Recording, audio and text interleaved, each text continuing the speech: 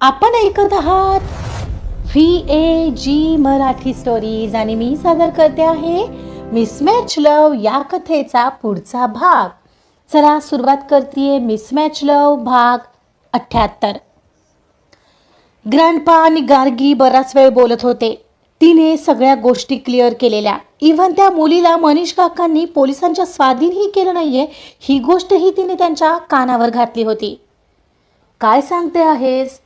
म्हणजे त्या मुलीला असंच सोडून दिलंय मनीषने? मला त्याला आता काही करून जाब विचारायलाच हवा. मी असा शांत बसणार नाही. ग्रँडपा माझं ऐका. लगेचच त्यांना जाब विचारायला जाऊ नका. मला वाटतं आपण सगळी माहिती आणि पुरावे मिळवल्याशिवाय तुम्ही त्यांना नाही विचारायला हवं. थोडा वेळ वाट पाहू. तसंही कार्तिकला तुम्ही चौकशी करायला लावलीच आहे ना, मग त्यालाही थोडा वेळ देऊया. ठीक आहे, पण तोपर्यंत आणखीन काही त्याने गोंधळ केला तर मी शांत राहू शकत नाही गार्गी. मला खरं तर वाईट वाटतंय की मनीष इतका नीचपणे वागू कसा शकतो. असो, मी आता निघतो घरी. तुम्ही नीट तर जाल ना ग्रँडपा घरी? हो जाईन मी. चल येतो म्हणून दादासाहेब उठले आणि गार्गीकडे वळत म्हणाले, पण तू हे सगळं माझ्या कानावर घालून चांगलंच केलंस. माफी मागतो मी गार्गी. तुला आमच्या घरात असं वारंवार अपमानित व्हावं लागलं आणि तरीसुद्धा तू आमच्या घराचा विचार करत आहेस. खरंच तू वेगळी आहेस. दादासाहेबांनी हात जोडलेले पाहून गार्गीने त्यांचे हात पकडले. ग्रँडपा प्लीज मला असं लाजवू नका. असं हात तरी नका जोडू. बरं चल येतो. काळजी घे. हो ग्रँडपा, ती म्हणाली आणि ग्रँडपा तिथून जायला निघाले. पण त्यांना आता राहवणार नव्हतं. त्यांना हे सगळं कोणाशी तरी बोलावं वाटत होतं, पण कोणाशी बोलणार होते? त्यांना असं वाटत होतं की आपण स्वतः जातीने लक्ष घालून आता या गोष्टीच्या तळाशी जायला हवं. आणि कार जवळ आलेल्या दादासाहेबांच्या मनात अचानक काहीतरी मनात आलं आणि ते ड्रायव्हरला म्हणाले, विराज गाडी ऑफिसकडे घे. आणि ते चक्क ऑफिसमध्ये जायला निघाले. पण तिथे जाऊन कोणाला भेटायचं आणि कोणाशी या संदर्भात बोलायचं हे मात्र त्यांचं मनाशी पक्कं झालेलं. काही अर्ध्या तासातच दादासाहेबांची गाडी ऑफिसच्या इमारतीखाली येऊन थांबली. विराजने दार उघडताच ते तडक आत गेले. त्यांचा तो अस्वस्थ आणि करडा चेहरा पाहून ऑफिसमधल्या कर्मचाऱ्यांमध्येही दबक्या आवाजात कुजबूज सुरू झाली. पण दादासाहेबांनी कोणाकडे लक्ष न देता थेट कार्तिकची केबिन गाठली. कार्तिक आपल्या लॅपटॉपवर काहीतरी महत्त्वाचं काम करत होता. केबिनचा दरवाजा उघडून दादासाहेबांना अचानक आत आलेलं पाहून आश्चर्याने उठून उभा राहिला. ग्रँडपा तुम्ही आत्ता अचानक इथे? कार्तिकने पुढे होऊन त्यांना खुर्चीवर बसवलं. हो म्हणजे जरा त्या दिवशीच्या पार्टीच्या प्रकरणावर तुझ्याशी बोलायचं आहे. दादासाहेब खुर्चीत बसले पण त्यांच्या जीवाची घालमेल थांबत नव्हती. त्यांनी कार्तिककडे पाहिलं आणि थेट मुद्द्याला हात घातला. कार्तिक, त्या रात्रीच्या प्रकरणाचं आणि त्या मुलीचा शोध लावण्यासाठी तू काय पावलं उचलली आहेत? काही तपास सुरू केलास की नाही? हो ग्रँडपा, कार्तिक शांतपणे पण ठाम आवाजात म्हणाला. मी सकाळीच एका प्रायव्हेट डिटेक्टिव्हकडे हे काम सोपवलंय. त्या पार्टीतल्या मुलीची पूर्ण माहिती आणि CCTV फुटेज या सगळ्याचं तो बारकाईने तपास करतोय. लवकरच आपल्या हातात सगळा रिपोर्ट असेल. कार्तिकने तपास सुरू केलाय हे ऐकून दादासाहेबांना थोडा दिलासा मिळायला हवा होता, पण त्यांच्या चेहऱ्यावरची अस्वस्थता तसूभरही कमी झाली नव्हती. ते शून्यात नजर लावून विचारात हरवले होते. त्यांचा श्वासही थोडा जड झाला होता. कार्तिकच्या तीक्ष्ण नजरेतून हे सुटलं नाही. त्याच्या लक्षात आलं की दादासाहेब नेहमीसारखे शांत दिसत नाही आहेत. ग्रँडपा, कार्तिकने त्यांच्या खांद्यावर हात ठेवला. सगळं ठीक आहे ना? तुम्ही खूप अस्वस्थ दिसताय. कसला विचार करताय एवढा? कार्तिकच्या या प्रश्नाने दादासाहेबांनी इतका वेळ ठेवलेला संयम सोडला. कार्तिक, आपल्याच घरातले लोक आपल्याच पाठीत खंजीर खुपसत आहेत रे. दादासाहेबांचा आवाज जड झाला होता. म्हणजे नेमकं काय म्हणायचंय तुम्हाला? तुम्ही असं का बोलत आहात? आणि तुमच्या या बोलण्याचा इशारा नेमका कोणाकडे आहे? मी आत्ताच गार्गीला भेटायला गेलो होतो. तिने मला भेटायला बोलावलेलं. मला तिने सगळं सत्य सांगितलंय. कार्तिकचे डोळे आश्चर्याने विस्फारले. सगळं सत्य म्हणजे काय ग्रँडपा? आणि गार्गीने पण काय सांगितलं तिने?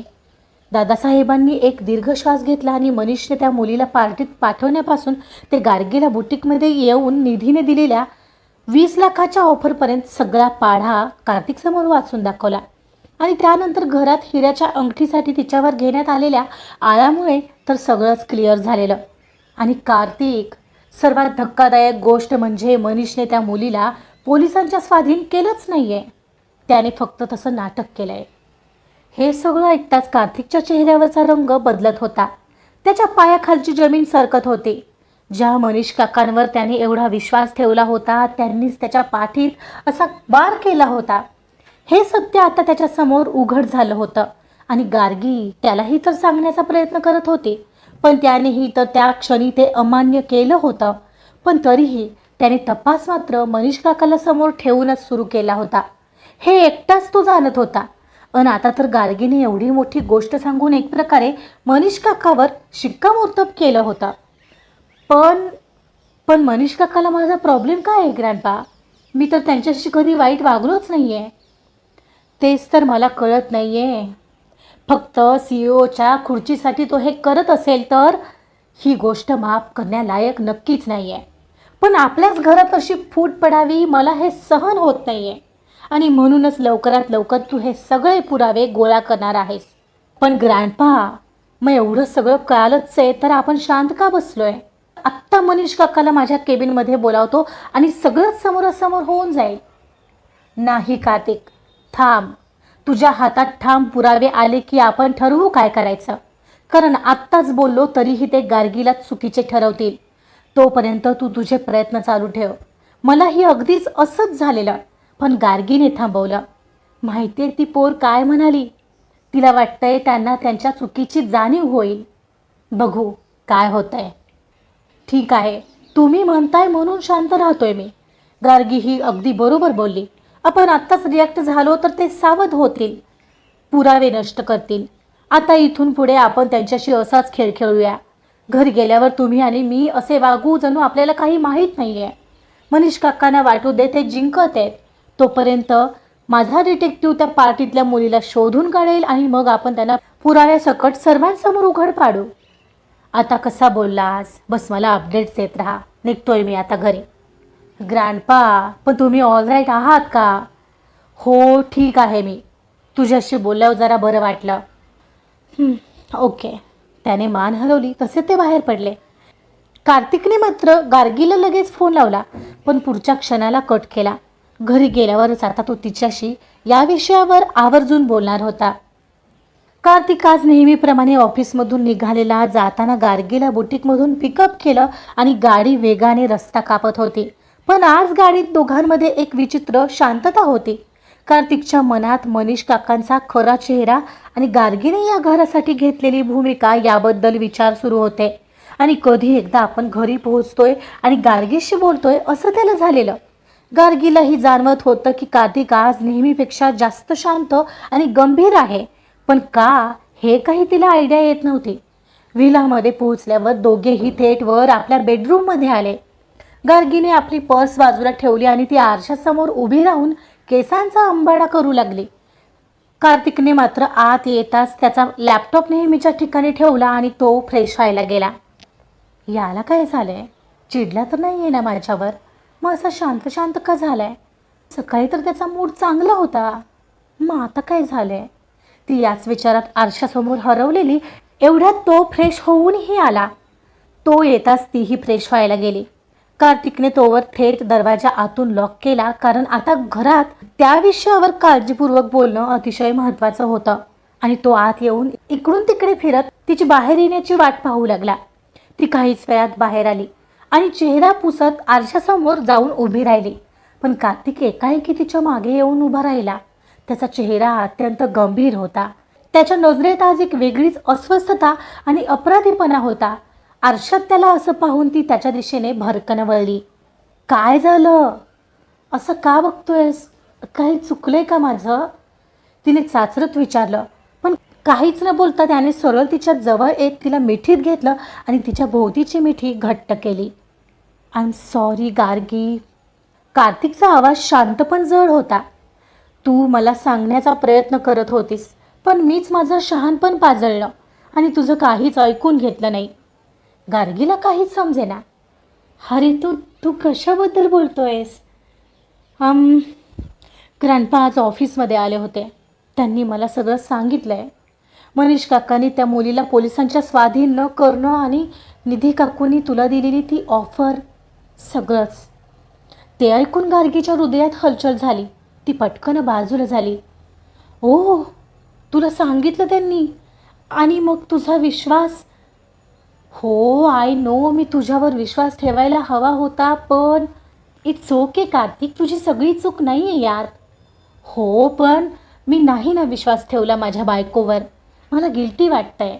आय स्वेअर, तुझ्या बोलण्याचा रात्री मी खूप विचार केला होता आणि त्याचसाठी मी आज त्या मुलीचं सत्य आणि मनीष काकांचं हे सगळं सत्य शोधण्यासाठी स्पेशल डिटेक्टिव्ह लावला आहे. ओ, काय सांगतोयस? हो, खरं तर माझा मनीष काकांवर एवढा आंधळा विश्वास होता की मी तुझं बोलणं त्या दिवशी मध्येच तोडलं. पण तूच सांग, असा कसा मी लगेच त्यांच्यावर अविश्वास दाखवणार होतो? म्हणजे वाटलंच नाही गं, अजूनही वाटत नाही.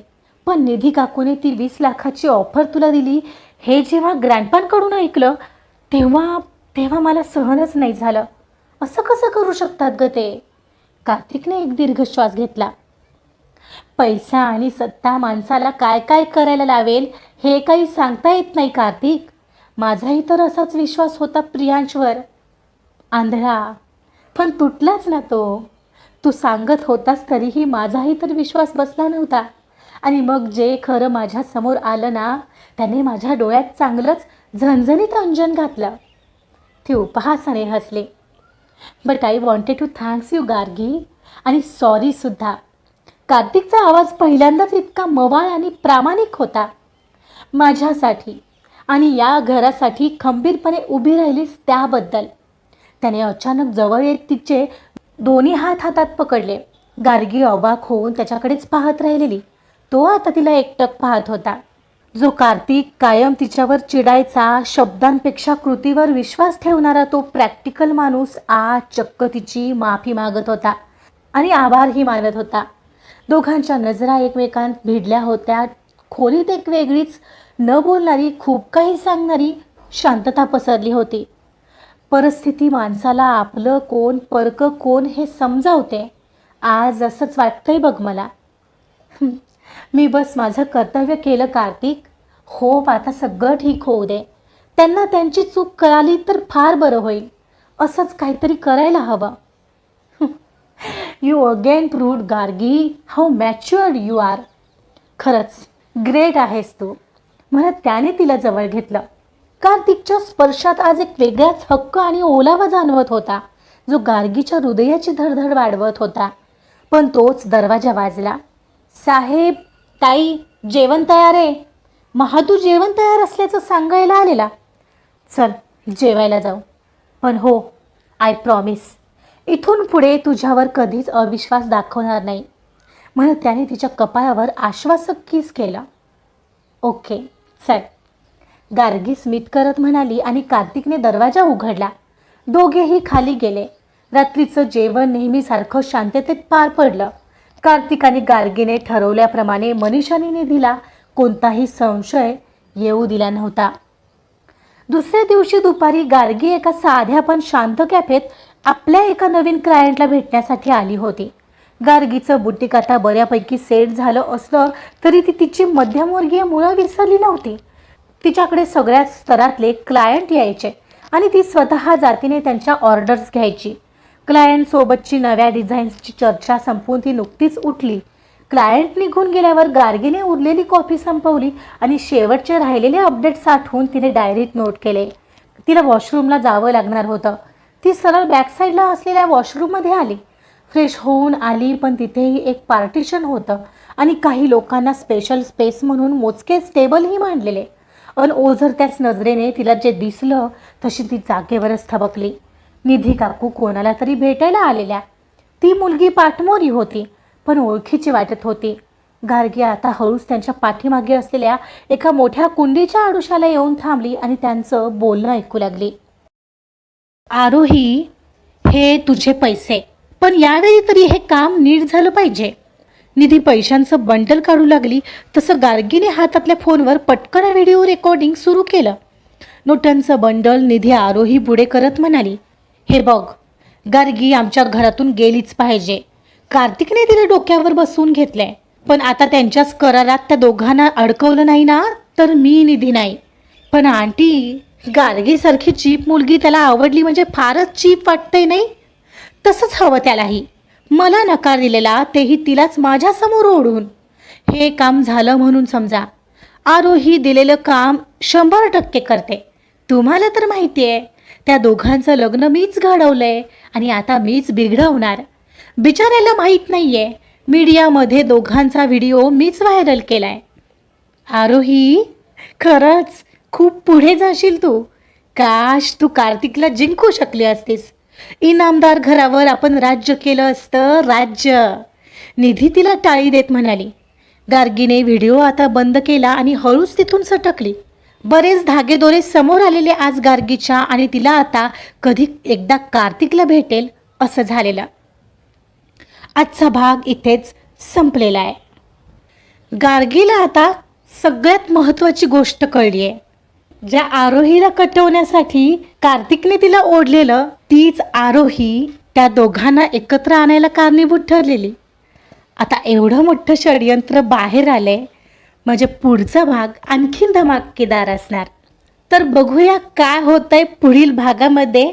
त्यासाठी ऐकत रहा मिसमॅच लव.